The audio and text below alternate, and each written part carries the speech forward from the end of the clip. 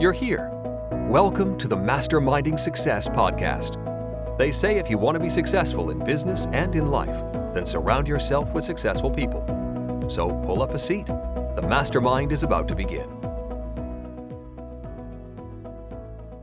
Hey, glad you could join us for another episode of the Masterminding Success podcast. We're your host, Keith Wheeler. And Nuria Corby. And what are we talking about today, Nuria? Oh, today is a really good topic, in my opinion, anyway, and that's AI for business. So that's artificial intelligence, if anyone doesn't know. Yeah. This is definitely an interesting one, and it's probably going to be very controversial. Yes. At least it is in the book genre that we work in. But yeah, there's people on both sides of the fence, whether they're for it or against it. Yes. So what are your initial thoughts? My initial thoughts, if I'm honest, I have my worries about, or my concerns about AI in general, because, it's still a very new topic, a very new development. I can see it developing so fast, though, that my mind is not prepared for what's to come. I think, in 5 years' time, I imagine that it will be on a completely other level than it is now. Even we're just at the beginning, and even at the beginning, it's absolutely mind-blowing, in my opinion. And I think that personally, I really love it. I'm embracing it. I'm thinking that a lot of good can come out of it, but it's like any tool. Any tool can be used for good and for bad. So I think there is a danger. But that's like anything, it's something that it's here to stay. I don't think we can make it go away now. And we might as well embrace it because we haven't got a choice. What do you think about it? Yeah, I mean, I agree with pretty much everything you just said. I mean, Really? I know that's a surprise. Yeah, I mean, I do think that, we're just at the cusp of what artificial intelligence can do, regardless of what industry you're in, whether you're in books or art or any other thing. And with that, with any new tool, and that's the key word, is a tool. There are going to be people with nefarious purposes, and there are going to be people who use it for things it wasn't meant to be used for. Yes. People who are going to take advantage of how quick and easy it is to get something done using AI. Again, I think it's a great tool for inspiration, that whether it's inspiring new ways of thinking when when it comes to art, if it comes to new ways of how to write a story, you can put things in. Let's just say Chat GPT, you can put things in there and have it come up with something completely different than what you could have. Like you could use it to, like, let's say I'm writing a children's book.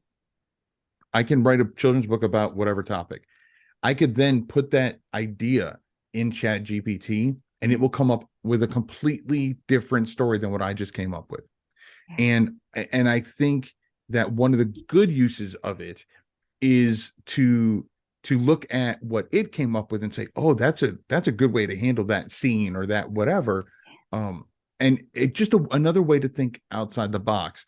But I absolutely agree that one of the arguments that a lot of people are making is that it needs to have some kind of regulations. And I don't disagree with that at all. I think it absolutely does. Whether it's in the, I mean, we're talking about the art and book writing, but I mean, like you said, AI is here to stay. I mean, you've got, if you look at Tesla, I mean, you got cars that drive themselves basically. And there's a video out there of a guy, and it's from a few years back, but he's actually asleep on the highway behind the wheel of his Tesla. Which Elon Musk was questioned about that, and he's like, that's from a couple of years ago. Apparently they, that was brought to their attention. They, they're using AI, in my opinion, in a positive way, in that they said, okay, so now they added some things in there where if it doesn't get any human interaction within a certain period of time, it automatically starts slowing the vehicle down. Okay. And then it actually puts an alert inside to kind of wake up the driver. Right. Like an Now, alarm bell. right, something like that, something that doesn't startle them so they jerk the wheel, but something Yeah. that does wake them up. And I think that's great. One could argue that, that kind of thing should have been thought of before it was released, Yeah. but yeah, so there's definitely, I'm sure this is probably going to be one of our most controversial topics that we have. And I'm completely open to any comments, any feedback that is done respectfully. But yeah, I mean, me, I'm like a lawyer. I can argue both sides. And so I definitely see the possibilities of it being used the wrong way. And that is scary. If you're making money, you're trying to make money, painting or any other kind of art or writing books, it can be scary to say, okay, well, what's to keep somebody from going out and just writing a book using, ChatGPT, Exactly. and that absolutely is a valid argument and a valid feeling. And that's one of the many reasons why I think that industry by industry, it definitely should be regulated. It's going to be a struggle for whoever's regulating it, one, to decide, okay, whose job is it to regulate it, and two, keeping up with the AI. I feel like it's really going to be more reactive, especially early on, because you don't know. It's AI, it's artificial intelligence. You don't know what it can do, what it's capable of. And so because of that, you don't know what negative ways people could use it for. Well, I was just going to say, I mean, it's AI, but it's only what we input into it to begin with. Right. And it works on that. So there is human input to begin with, because that thing can't just invent things. I mean, it will be guided by what you have inputted into the algorithm. And I saw a very interesting documentary the other day. And obviously, we're talking about AI for our purposes in business, but there's also AI used in, I don't know, in medicine, in face recognition software, and all sorts of other things, security. Yeah.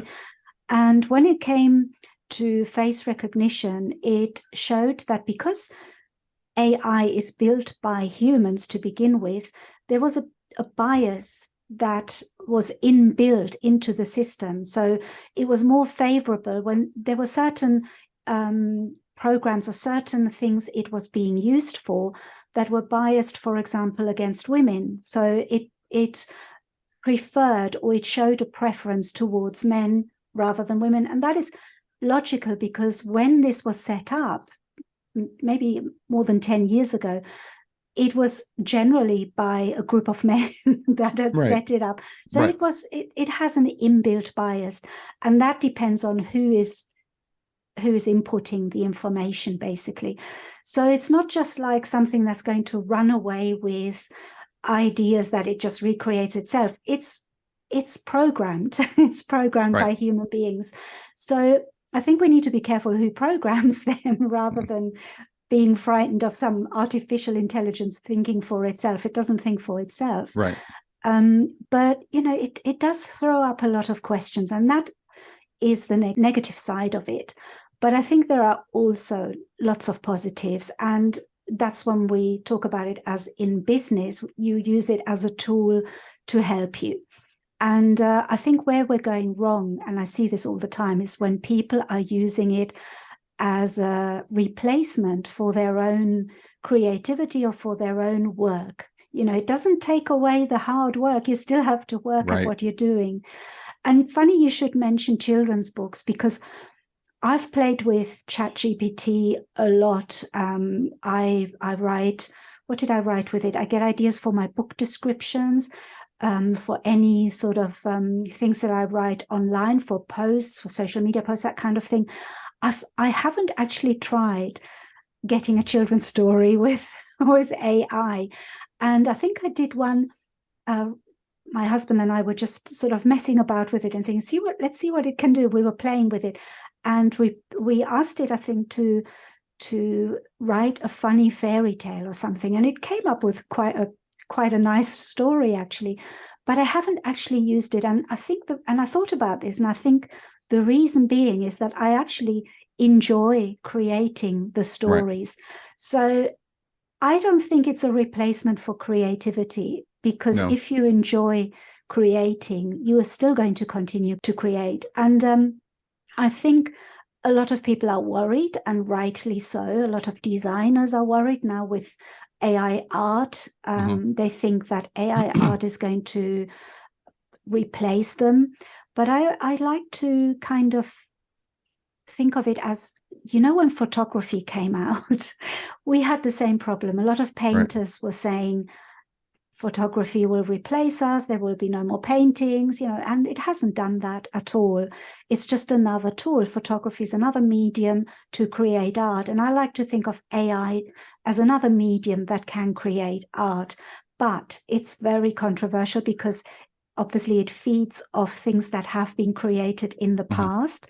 So if you're going to input the idea that you wanted to create an image that is in the style of, and then a painter or a famous painter that is still active and is copyrighted, then obviously you're going to run into trouble. And I know a lot of people say, well, even any artist, and I include myself as an artist because I do paint, we all draw our inspiration from previous artists, or from somebody we've seen, or from something we have seen, and that then feeds our creativity. So I like to think of AI in the same way. It feeds off the creativity that has gone on before. But I do recognize that it is controversial, and it could be used in the wrong way. And that's why we need legislation that absolutely states what we can and we can't do, or what people should do. So I think it's still very early days, and I think it's very early to really make a definitive comment on what I think about it, because I'm still debating it in my own head. Agreed. I mean, when it comes to art, to me, I understand the fear of it. Absolutely. I am by no stretch of the imagination an artist. I can barely draw stick figures. But I will say that many people that I know that love art, and I love art, I appreciate art, I just can't do it. But it, to me specifically, the beauty is in the imperfections. And majority of the time, that's something that imperfections is going to come from a human being. And I don't mean that in a negative way. It's the paint stroke you weren't planning on doing, those kind of things. The little flourishes you do with your hand. It's the personality, really. Right. Exactly. But I do think that I have used ChatGPT in particular for writing a children's book. Again, for not writing a children's book, but coming up with children's book story ideas.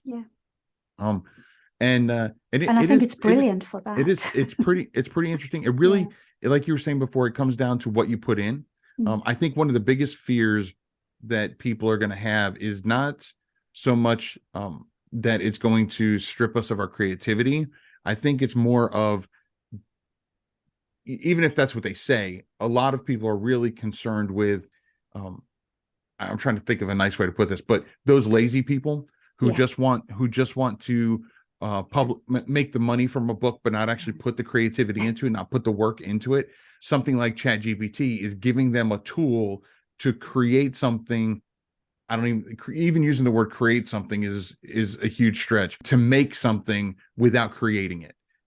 They can just put in, and I completely understand that. And then, that's just one more book or 10 more books out on the market that my book has to compete with. And so now I have to run more ads or whatever. I mean, I get all of that. And that's one reason why I absolutely think that there needs to be regulations on it. Even if it's something as simple as, it's funny because, they've got a checkbox in, let's say, KDP, where you can check and say whether it's, Commons or Creative Commons or whatever, and a public domain. And then you use that, and, that's how they decide whether or not they can publish it. I mean, I could I could see Yeah. them putting a checkbox in there Yeah. saying it was generated by, but then that's still relying on the person to be honest and say that's how it was. You know what I mean? Yeah. So I feel like there should be some way, and I'm not, somebody way smarter than me is gonna have to figure it out. A way to actually figure out if it was generated by AI or not, in order to almost auto populate that checkbox. It's And funny, because I can almost tell straight away if something has been done by AI. There are telltale signs in art, especially, right, because it's very bad at creating hands. It's very bad at, some of the software is bad at creating faces. So there are telltale signs. And with ChatGPT, I can tell when something has been written by ChatGPT, because it has a certain style. Even if you tell it to write in a different style, mm-hmm. there are certain words I've noticed that it keeps repeating, Yep. or certain sentences it keeps repeating. And I know sometimes, if this is happening too much in a row or too often in one text, you can tell it's just not. And there's a lot of mistakes in it as well. So if anybody thinks they can write a whole book with ChatGPT, you can't. That would be absolutely impossible. And there's a lot of mistakes as well, that Right. it takes information that doesn't really exist. I asked it something the other day to give me an example of a story of something, a real life story. And I looked it up and there was no such story anywhere. So, Yeah. it's not ideal. I tried using it for puzzle books. Mm-hmm. And I tried to use it to create a logic grid puzzle. And I wanted to use it. I actually gave it all the answers, Mm-hmm. and I just wanted it to come up with the clues. Yeah. And it was very clear that it was AI generated. Let's just put it that way.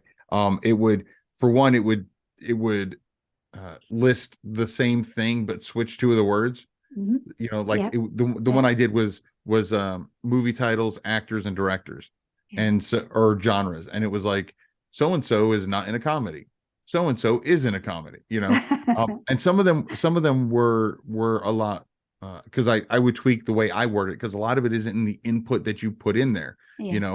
How you word it, and one thing that I kind of tweaked the way I put it in there, and it came out a lot more natural, and it looked more like somebody wrote it, but it was not accurate. Yes. I mean, it was like it listed things that were counteracting each other.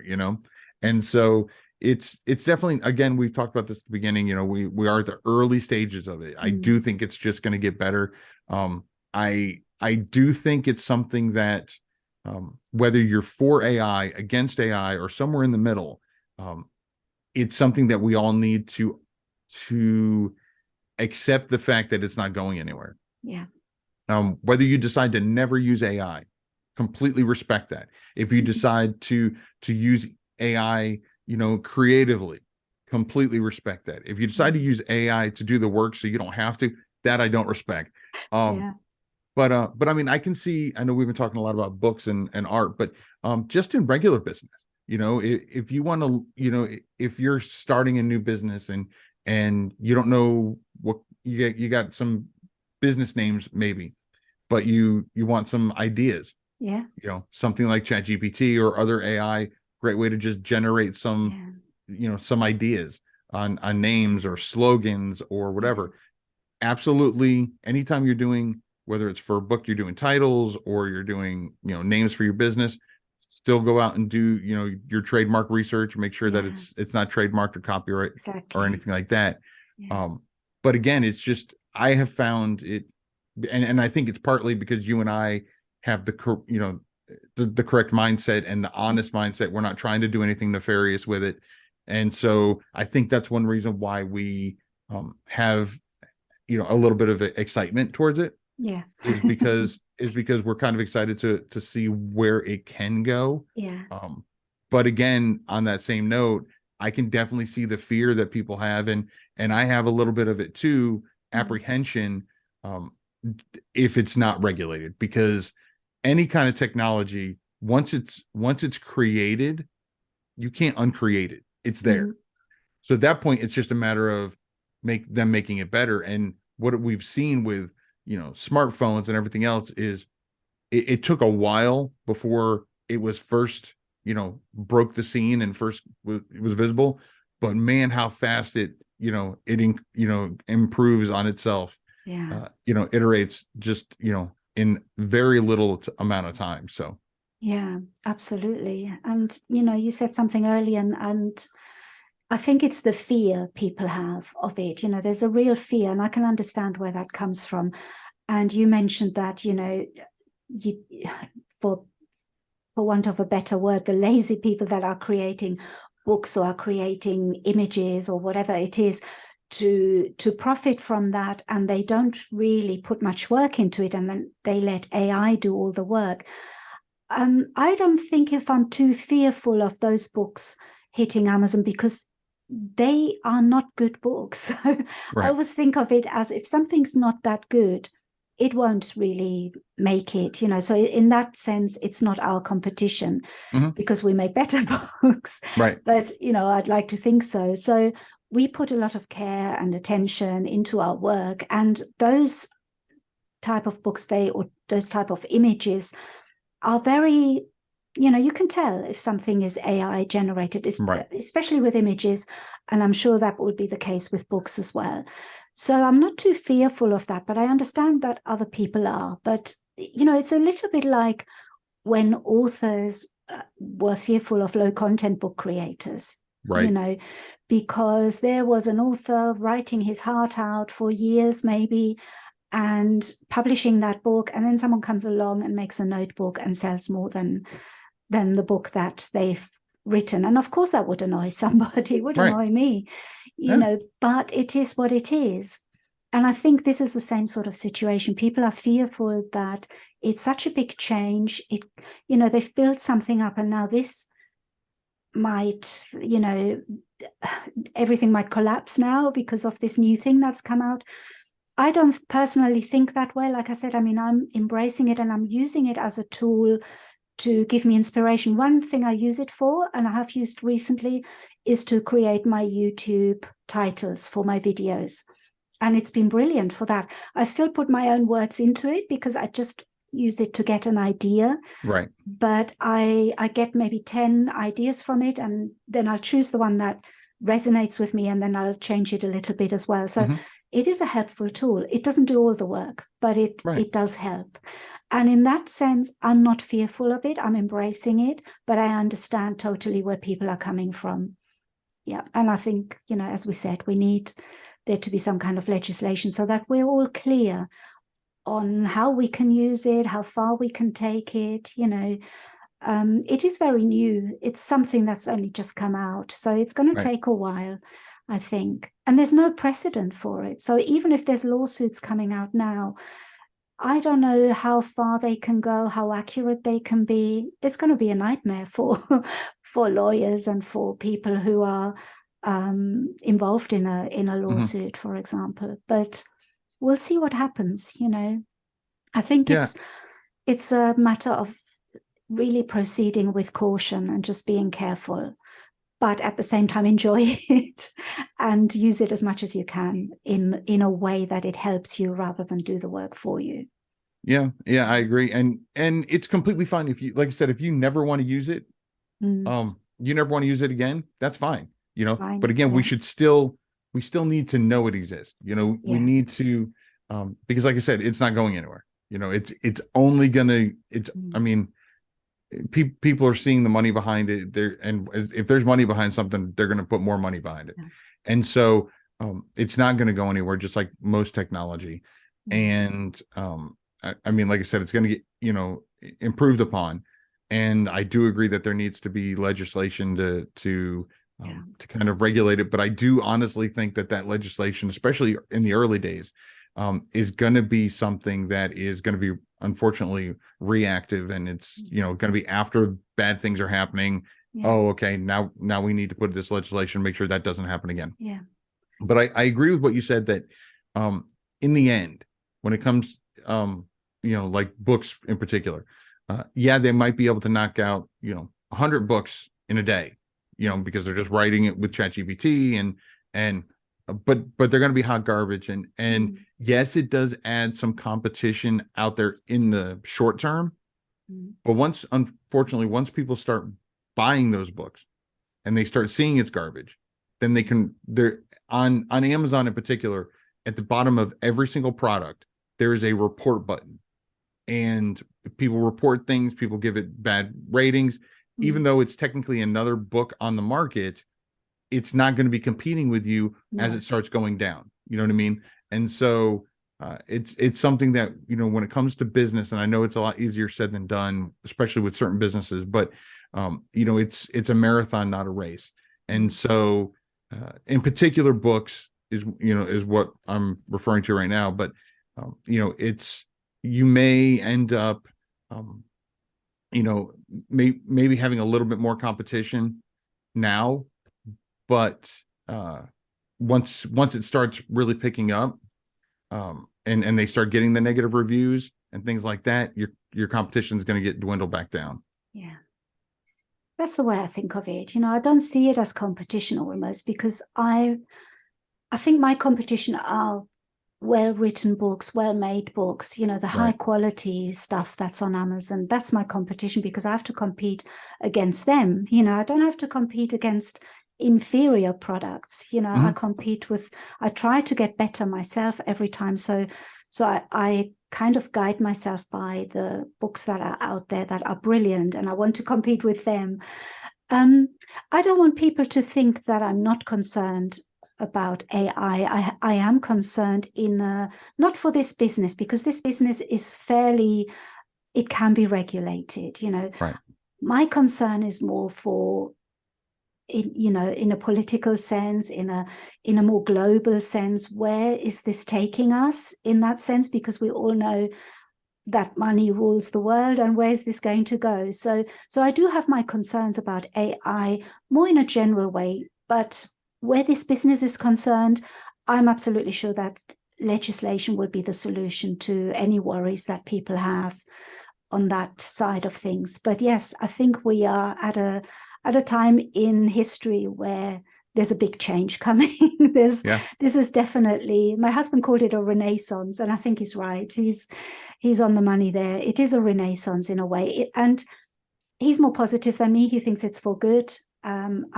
I'm a little bit more skeptical, but overall, I think it is for good. And most people that develop these kind of things, they develop these things to help people. They don't, it's who else gets involved? That's the worry. But, Right. I think it's for me, it's been exciting. It's been mind-blowing what these things can do.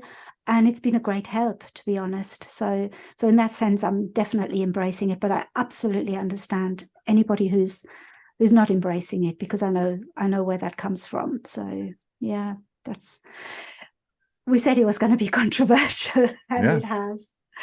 Yeah. Yeah, no, I couldn't agree more. Yeah, I mean, and it's one of those things where a lot of it is just the fear of the unknown. The fear of what's around the corner, what like you said, what can it become? And I absolutely understand that. And I'm not even worried about the AI, the artificial intelligence. I'm worried about the humans behind it. Well, I'm worried about the humans behind it, as well as the humans who have access to it. Because I mean, many times throughout history, people have invented things with the greatest of intentions. Exactly. So the person behind it had the greatest of intentions, but the people who had access to it, not so much. Exactly. That was my point, and you've put it really beautifully there. Yeah. Just look up Oppenheimer if you have any questions about that. Well, this has been another great Mastermind, Nuria. Once again, a huge thank you to all our listeners and viewers who came to tag along. If you enjoyed today's Mastermind, please consider following or subscribing to the podcast, and maybe even leave us a review and let us know exactly what you thought. If you're watching this on the YouTube channel, leave us a comment and let us know your thoughts on this topic. Until next week, I'm Keith Wheeler. And I've been Nuria Corby. Have a good one. Bye-bye. Thanks for joining the Mastermind today. Be sure to follow the podcast on your platform of choice and tell a friend who would enjoy it too. Your support is greatly appreciated. This has been the Masterminding Success Podcast.